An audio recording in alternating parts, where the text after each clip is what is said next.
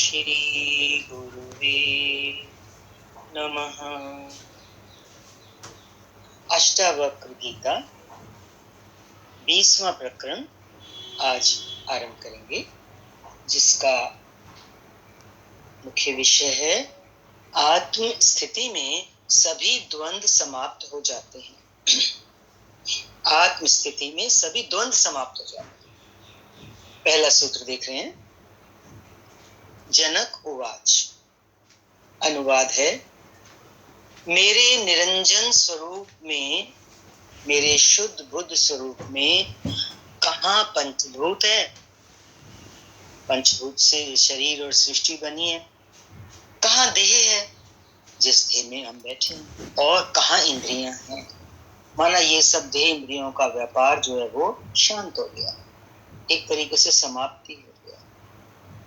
अथवा मन कहाँ है? ये सब चीजें नहीं है तो क्या इसके बाद शून्य है? तो राजा जनक कह रहे हैं शून्य भी कहाँ है और कहाँ नैराश्य है। नैराश्य का क्या मतलब है? एब्सेंस ऑफ विश और एक्सपेक्टेशन। जैसे कहा ना, आशा ही परमम दुखम। आशाएं करते हैं तो वही तो हमारे दुखों का कारण बनती है। और आगे बोला, नैराश्य परमम सुखम। नैराश्य कौन सी स्थिति है? जो हमें सुख प्रदान कर सकती है, करती है। क्योंकि जब अंदर से बिल्कुल खाली होते हैं, कोई इच्छा नहीं है तो फिर कोई एक्सपेक्टेशन भी नहीं है, दोनों चीजें जुड़ी हुई हैं। यही स्थिति किसकी है? नैराश्य स्थिति है। व्याख्या देखते हैं इसकी। राजा जनक अपनी जीवन मुक्ति की दशा का वर्णन करते हुए कहते हैं कि मैं आत्मा में अवस्थित हो गया। पूर्णतः स्थिर हो गए। अवस्थित होने से यही तात्पर्य। इसलिए इन सब भूत विकारों से मुक्त हो गया। कौन से भूत विकार? ये पंचभूत। इन्हीं से देह बनी, इन्हीं से इंद्रियां, मन, ये सब बना। इच्छाएं, दुख, सुख, ये सब विकार है पंचभूत के। वो कह रहे हैं मैं मुक्त हो गया। मेरा ये आत्म स्वरूप, मेरा ये सत्स्वरूप कैसा है? निरंजन है। इसमें एक भी दाग नहीं है। ये निर्दोष है, अद्वय है, इसके सिवाय दूसरा कुछ है नहीं, और शुद्ध। इसमें विजातीय तत्व कोई भी नहीं है। जब दूसरा ही नहीं है तो विजातीय कैसे होगा? सब संयुक्त है।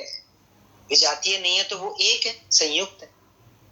भिन्नता कहीं भी दिखाई नहीं देती। अज्ञान की स्थिति में मेरी चित्त रूपी कैमरे की प्लेट पर इन सभी आकारों, संस्कारों आदि के चित्र बनते थे। अब देखो, यहाँ पे हमें अपने आप को समझने का एक अवसर मिल रहा है राजा जनक की अभिव्यक्ति के माध्यम से कि हमारा जीवन क्या है। हमारा जो ये चित्त है ना, ये कैमरे का काम करता है। ये हर समय फोटो खींचता रहता है और अंदर में इकट्ठा करता रहता है जो कुछ भी हम देखते हैं। तो हमारे इस चित्ररूपी कैमरे की प्लेट पर, इसके लेंस पर जितनी भी सीन्स के, दृश्यों के बिंब पड़ते हैं, उनके आकार पड़ते हैं, तो उनके ही हमारे अंदर संस्कारों के चित्र बन जाते हैं। मन जो चित्र हैं वो क्या हैं? जो हम अपनी इंद्रियों से ग्रहण करते हैं तो वो लेके स्टोर कर लेता है अंदर में, और वही संस्कार फिर हमें आगे लेके जाते हैं। तो वो ये बता रहे हैं अपनी स्थिति में कि जब मैं अज्ञान की स्थिति में था तो ऐसा होता था कि मेरे चित्ररूपी कैमरे की प्लेट पर जो कुछ भी इंद्रियां ग्रहण करती थी, उन आकारों और संस्कारों के चित्र बनते थे। किंतु अब क्या स्थिति है? अब तो ये आत्मा मेरी दर्पण की भांति है।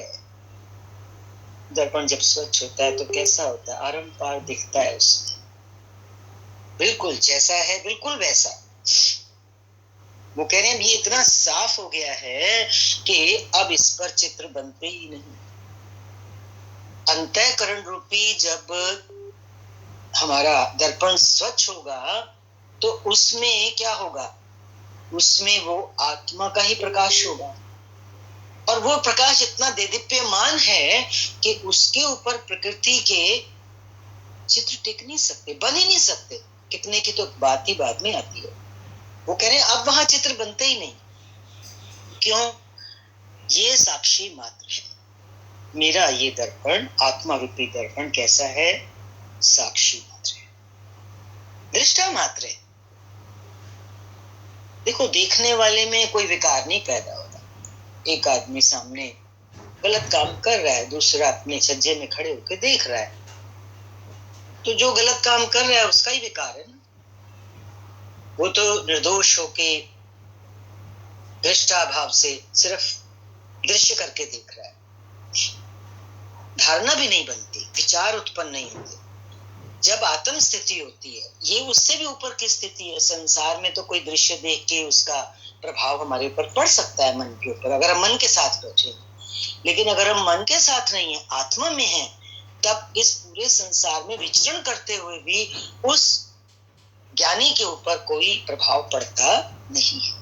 यही वो कह रहे हैं कि क्योंकि मैं अब दृष्टा मात्र हूं, उनका दर्पण क्योंकि साफ हो चुका है, तो इसलिए कह रहे हैं कि अब कोई विकार पैदा नहीं होता। कहीं भी चला जाऊं, कुछ भी देखूं, मेरा भाव अंदर में सिर्फ एक दृष्टा भाव होता है, साक्षी भाव होता है। इसलिए कोई धारणा भी नहीं बनती और विचार भी उत्पन्न नहीं होते। तो कैसा है मेरा अंतर? अब हमेशा निर्लिप्त बना रहता है, किसी चीज का इसके ऊपर कोई निशान ही नहीं बनता। निर्लिप्त से मतलब है निर्लेप, ये किस भावित नहीं होता। क्यों? कि अब मैं चित्त नहीं हूं। प्रभाव किस पे पड़ रहे थे? आकार संस्कार किस पे पड़ रहे थे? चित्त पे। अब उनकी स्थिति कहां से कहां पहुंच गई है? चित्त नहीं हूं। वो कह रहे हैं अब मैं चित्त नहीं हूं। पहले मैं चित्त के साथ जुड़ा हुआ था, अब मैं आत्मा हूं। माना मैंने अपने उस सत स्वरूप को पहचान लिया। वो मैं उसको जो भूला हुआ था, वो मेरी स्मृति लौट आई है गुरु के उपदेश से, गुरु की कृपा से। अब मैं आत्मा हूं, इसलिए मेरे स्वरूप में, कौन सा स्वरूप है उनका? आत्मा का स्वरूप है। मेरे स्वरूप में ये पंचभूत, देह, इंद्रियां, मन आदि नहीं है। और अगर इनसे ऊपर उठकर जब एक स्थिति होती है शून्यता की, वो कह रहे हैं इसमें शून्य भी नहीं है।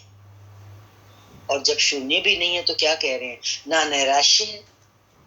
नैराश्य भी क्या बताया था? जब हमारी कोई इच्छा ही नहीं है, कोई आशा ही नहीं है किसी से आशा ना होना ही नैराश्य है। जब नैराश्य की स्थिति है तो वही तो पूर्ण स्थिति है। और यही पूर्ण स्थिति जो है आत्मा की महिमा है। यदि आत्मा की महिमा को जानना हो तो क्या कहेंगे? नैराश्य की स्थिति, शून्य से भी ऊपर है वो। ये आत्मा की महिमा है। इसी क्रम में अगला सूत्र ले रहे हैं, अनुवाद है, सदा द्वंद रहित मुझको। अब कहां शास्त्र, कहां आत्मविज्ञान है, और कहां अब विषय रहित मन की बात रही? कुछ भी तो, कहां तृप्ति है? जब मन ही नहीं है तो मन होता है तो तृप्ति अतृप्ति उठती है।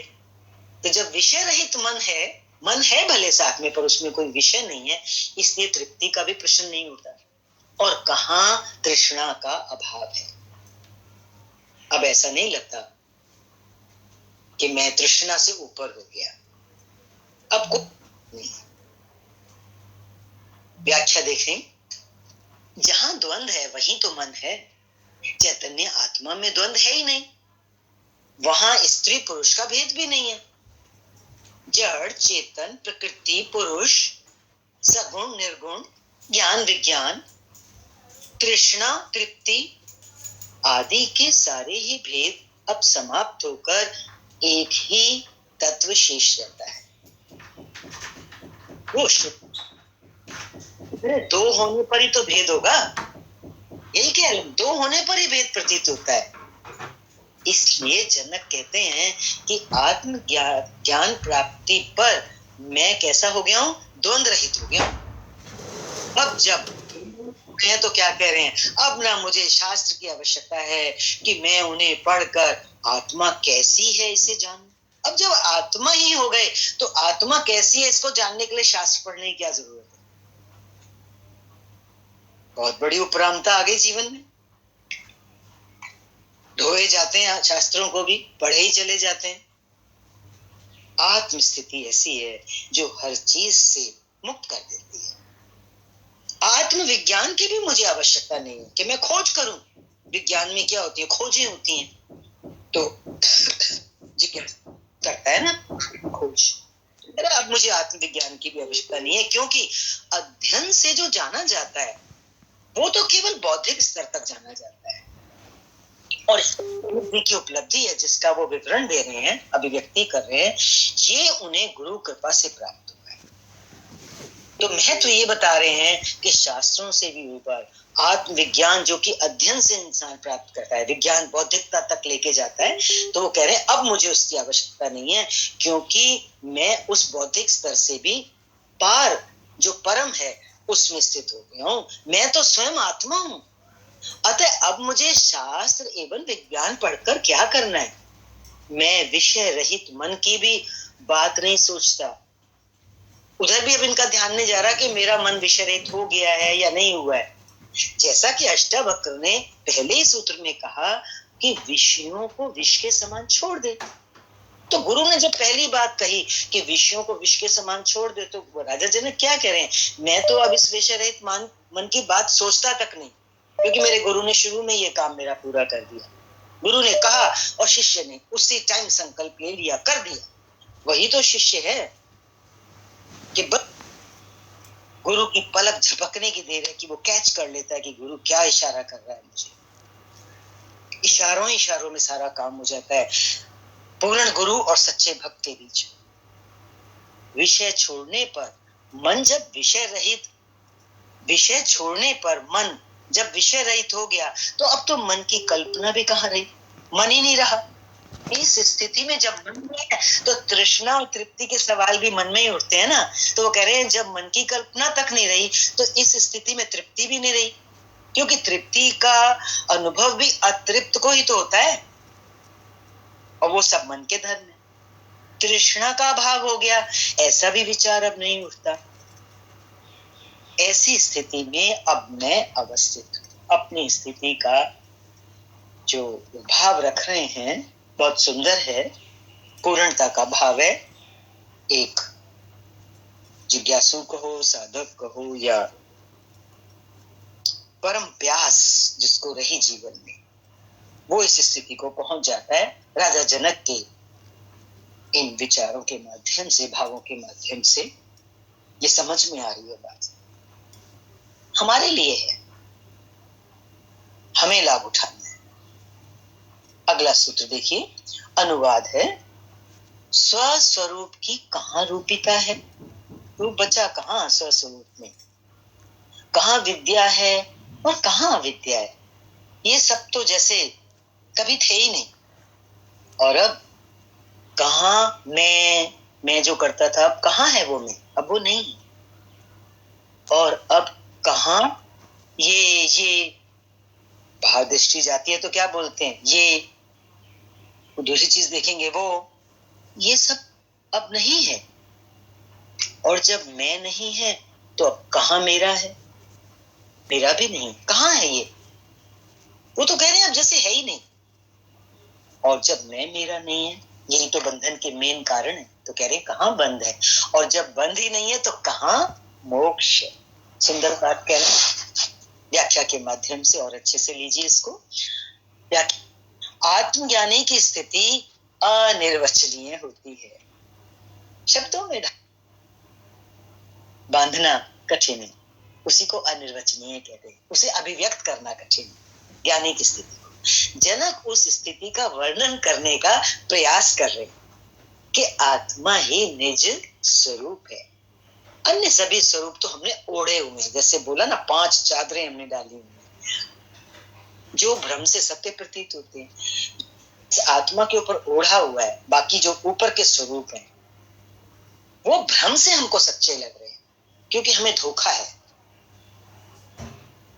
माया ने हमें भ्रम में डाला हुआ है ना, माया का ही तो बड़े में बड़ा धोखा है। तो कह रहे हैं ये जो बाहर के स्वरूप हमने ओढ़े हुए हैं, जो हमें भ्रम से सत्य लग रहे हैं, अतः ये माया मात्र है। माया मीन्स जो है नहीं और सत्य लगे, तो वही तो भ्रम हो गया। इस माया का पर्दा हटने पर ही ये भ्रम हटे। तभी तो निज आत्म स्वरूप का बोध होगा। यही वो कह रहे हैं, इस माया का पर्दा हटने पर ही निज आत्म स्वरूप का बोध होता है। किंतु बोध होता है, पर यह ध्यान रहे इसकी भी रूपिता नहीं है। आत्मा का कोई रूप नहीं जिसे देखा जा सके, जिसका वर्णन किया जा सके। आत्मा तो एक ऐसी आंतरिक अनुभूति है जो जिसको होती है वो उसी को होती है। वो फिर गूंगा हो जाता है, वो कहने की कोशिश भी करेगा तो न्याय नहीं कर पाएगा उस अनुभूति के प्रति। आत्मा में विद्या अर्थात ज्ञान तथा अविद्या अर्थात संसार भी नहीं है, क्योंकि ये दोनों क्या हैं? भ्रांतियां हैं, दोनों ही माया हैं। आत्मा में मैं अथवा ये जो हम बाहर देखते हैं, ये इसका भेद ही नहीं है, क्योंकि अहंकार से ही मैं की प्रतीति होती है, और मैं होने पर ही मैं हूं तो सामने कुछ देखता हूं, ये का आभास होता है। जबकि आत्मा एक ही है, उसमें दूसरा कोई है ही नहीं, इसलिए ये मैं और ये का भेद भी नहीं रहता। जहां मैं नहीं वहां मेरा भी नहीं है, और जहां मैं और मेरा नहीं है वहां आत्मा का कोई बंध नहीं है। और जब आत्मा निर्बंधी हो गई तो इसलिए मोक्ष भी नहीं है। कहने का तात्पर्य निष्कर्ष में क्या निकल रहा है कि बंध मात्र अज्ञान के कारण है। जब तक अज्ञान है तभी तक बंध है। अज्ञान का पर्दा हटते ही बंध नाम की कोई चीज बचती नहीं है, ही नहीं। क्यों कि जब अज्ञान हटा, वो ज्ञान स्वरूप आत्मा में स्थिति हुई, तो अज्ञान कैसे रहेगा? क्योंकि आत्मा स्वयं ज्ञान है, उसका कोई बंध नहीं है। बंध स्वतः समाप्त हो जाता है, इसलिए कह रहे हैं बंध नहीं है। कहां है बंध? और जब बंध ही नहीं है तो वो कह रहे हैं कहां है मोक्ष? तो ना उसका मोक्ष ही है। ये बातें सिर्फ समझने की है। कहने का क्या मतलब है? अज्ञान के, ये जो अज्ञान रूपी भ्रम है, इसके हटने की बस देर है, बाकी फिर कुछ बचता ही नहीं करने के लिए। मोक्ष, बंध, ये सब द्रोहित हो जाते हैं। आत्मा तो नित्य है। बंध और मोक्ष दोनों का कारण अहंकार है। इसलिए यदि पकड़ना है तत्व को तो कहां से पकड़ो? निरहंकारिता। क्योंकि निरहंकारिता जो है वो दोनों से मुक्त है। निरहंकारिता में ना बंधन है और ना मोक्ष की बात है। तो विशेष रूप से जो सच्चा होगा वो क्या पकड़ेगा? निरहंकारिता। मैं मेरे से ऊपर उठे। इसी क्रम में अगला सूत्र देख रहे हैं, मुझ सदैव निर्विशेष को। निर्विशेष को, इसमें कुछ बचा नहीं। अब प्रारब्ध कर्म कहां? कहते हैं ना, प्रारब्ध कर्म तो हमें भोगने, और कहां है जीवन मुक्ति अब मेरे लिए? जीवन जीते रहते, शरीर के रहते मुक्ति की अब बात ही नहीं बचती में आकर। और कहां ये विधेय कैवल्य ही है कि शरीर छूटने के बाद मोक्ष होगा, विधेय कैवल्य। ये सब अब बातें मेरे लिए कहां हैं?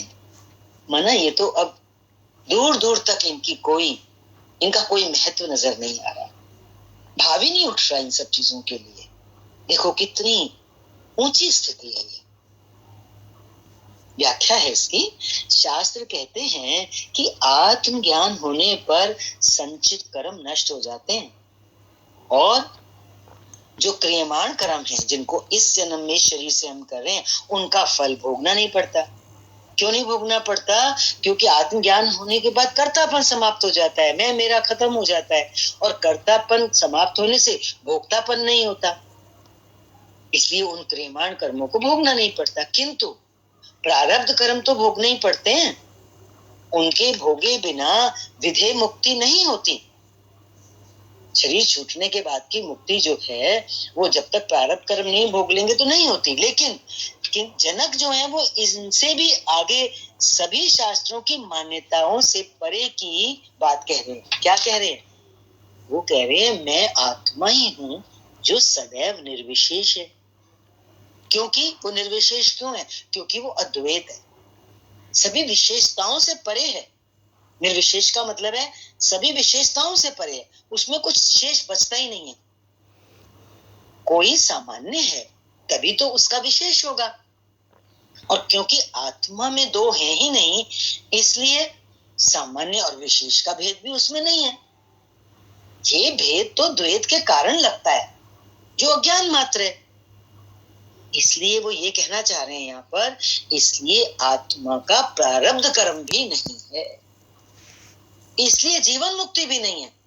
प्रारब्ध कर्म भी नहीं है और जीवन मुक्ति भी नहीं है, माना जीवन मुक्ति का कोई भाव ही नहीं उठता जब प्रारब्ध कर्म ही खत्म हो गया। क्योंकि जीवन जीते हुए मनुष्य को प्रारब्ध कर्म तो भोगने ही पड़ते हैं, लेकिन ऐसे ज्ञानी को तो प्रारब्ध कर्म क्योंकि नहीं भोगने, इसलिए जीवन मुक्ति की कोई जरूरत ही महसूस नहीं होती, वो उसका भाव ही नहीं उठ रहा, उसकी कोई जरूरत ही नहीं है। वो कह रहे जीवन मुक्ति भी नहीं है।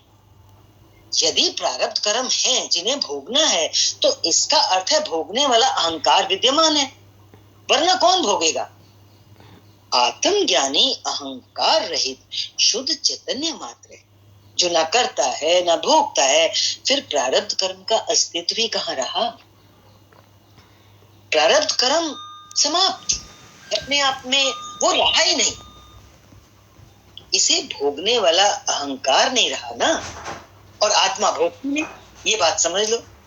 प्रारब्ध कर्म भी तब भोगा जाएगा ना जब हमारा अहंकार होगा। जब अहंकार ही नहीं रहा तो कौन भोगेगा प्रारब्ध कर्म को? धुएं में उड़ गया प्रारब्ध कर्म, और आत्मा भोगती नहीं है। तो आत्मा में स्थिति हो गई तो फिर प्रारब्ध कर्म भी खत्म, कोई उसकी चर्चा नहीं रह बाकी रहती ऐसे व्यक्ति के जीवन में।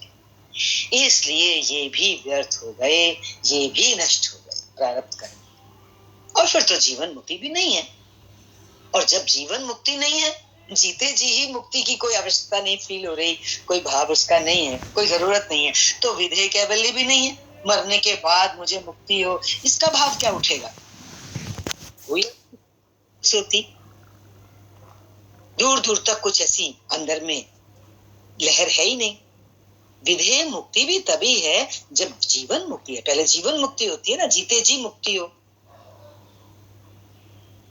आत्मज्ञानी जब अहंकार को बचा लेता है, एक स्थिति है, आत्म ज्ञान तो हुआ लेकिन कहीं सूक्ष्म में अहंकार बचा रह गया, तभी कह रहे हैं वो कि जीवन मुक्ति और विधेय कैवल्य की बात उठती है। लेकिन राजा जनक ने इसे भी छोड़ दिया, पूर्णतया अहंकार मुक्त है राजा जनक। इसलिए वे इनसे भी पार होकर, किनसे? जीवन मुक्ति और विधेय कैवल्य मुक्ति से भी पार होकर केवल और केवल आत्मा में स्थिर हो गए। और यही परम अवस्था है जिसको कोई भी शास्त्र इतनी निर्भीकता से नहीं कह पाया जैसा जनक ने कहा। शास्त्र भी बयान नहीं कर सकते। कहते ना कि शास्त्र तो शब्दों का संग्रह हो जाता है ना, मरी मक्खी कहा ना भगवान ने, तो ये कौन कह सकता है इतनी निर्भीकता से? ये तो जिसने अनुभव किया, जैसे राजा जनक जैसे किसी महान आत्मा ने इसको अभिव्यक्त किया। हम जो चल रहे हैं उस रास्ते पर, उनके लाभ के लिए अभिव्यक्ति की ऐसी अपूर्व क्षमता अन्य किसी ज्ञानी में नहीं है, ना किसी शास्त्र में। बहुत बड़ी बात आ रही है यहाँ पर। तभी तो कभी भी जब एक जिज्ञासा की बात होती है, साधक की बात होती है, तो संसार में रहते हुए ये पूर्णता की स्थिति को कैसे प्राप्त किया जाए, तो राजा जनक की बात आती है सामने, उन्हीं को याद किया जाता है। तभी तो वो कह रहे हैं ना